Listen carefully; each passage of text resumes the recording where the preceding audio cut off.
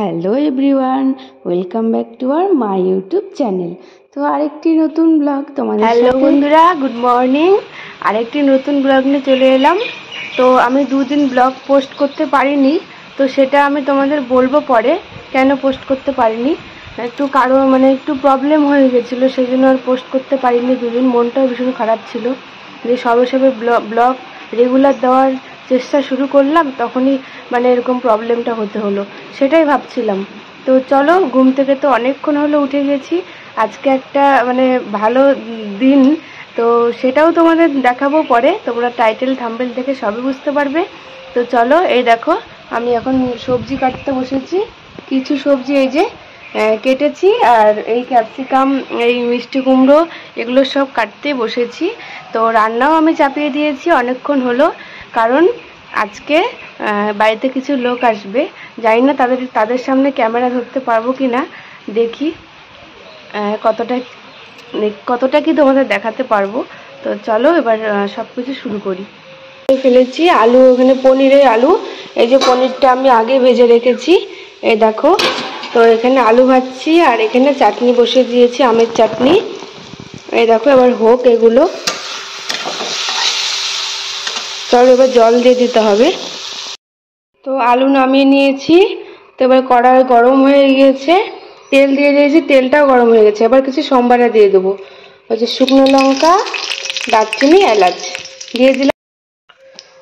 এইবার দিয়ে দেব একটু সাদা জিরে, দিয়ে যে মশলাটা বানিয়েছি সেই মশলাটা দিয়ে দেব। এই দেখো মশলা, এখানে আছে হচ্ছে মগজদানা, টমেটো আর আদা। ঠিক আছে, মশলাটি এখন দিয়ে দেব। আমার এটা হয়ে গেছে।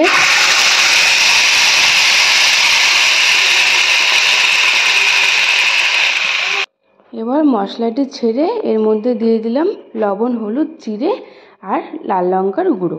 এটা দিয়ে করে নিচ্ছি। চলো এবার একটু তোমাদের ছোট্ট করে বলে দিই আমি কেন ব্লগ পোস্ট করতে পারিনি। কারণ আমার ফোনের একটু প্রবলেম হয়েছিল দুদিন হলো। প্রথম দিন তো ব্লগ পোস্ট করেছি, তারপর থেকে দুদিন হলো ফোনটা না কিছুতেই ব্লগ যে এডিট করে সেভ করব, ওই সেভটাও হচ্ছিল না, থাম্বনেল সেট করব সেটাও হচ্ছিল না। ফোনে একটু প্রবলেম হয়ে গিয়েছিল, অনেক ফটো হয়ে গিয়েছিল। তো সেটা তো আমি ডিলিট করেছি, কিন্তু সেটা নাকি অন্য জায়গার থেকে ডিলিট করতে হয়। তো যাই হোক, সেটা করে নিয়ে আসলাম, করে নিয়ে এসে তোমাদেরকে আবার নতুন করে ব্লগ দেওয়া স্টার্ট করেছি। তোমরা অবশ্যই আমার ব্লগটি দেখো।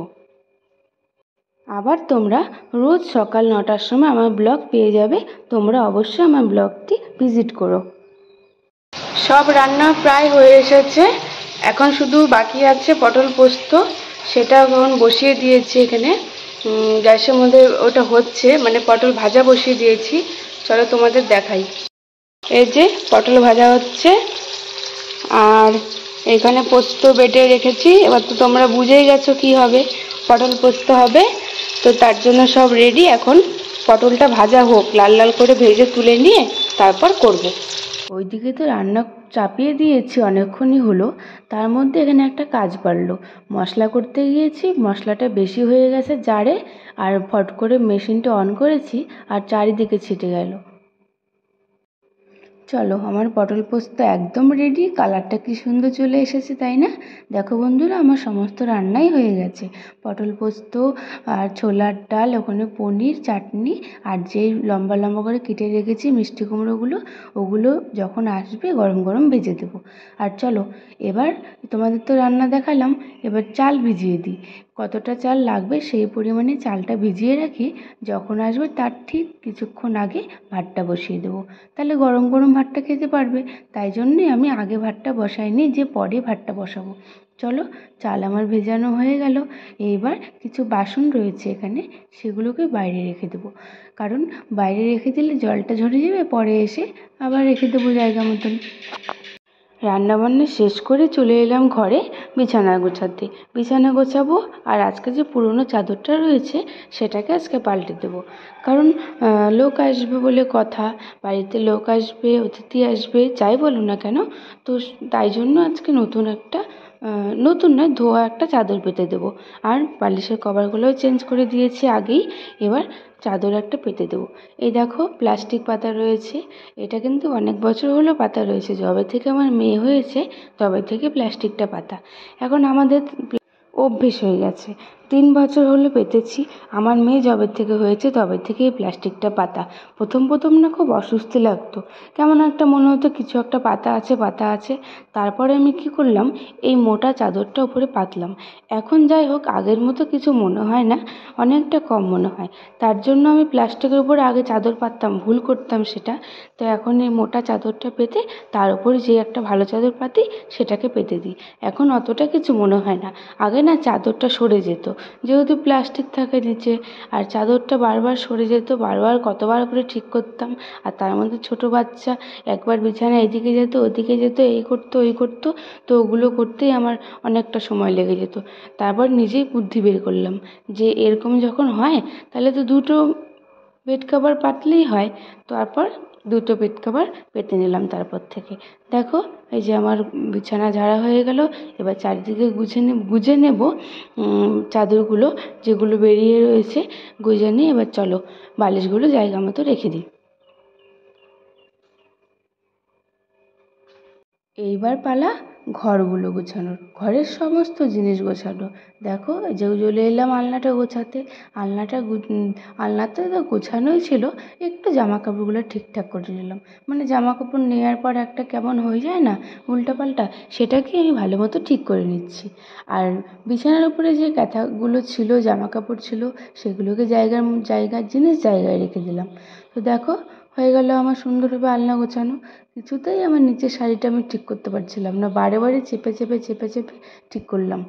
এইবার এলাম এই ওয়ারড্রপটা রয়েছে সেটাকে ঠিক করতে। এই কাপড়টা রয়েছে সেই কাপড়টা আমি ধুয়ে দিয়েছিলাম, কারণ সাদা কাপড় তো বেশি নোংরা হয়।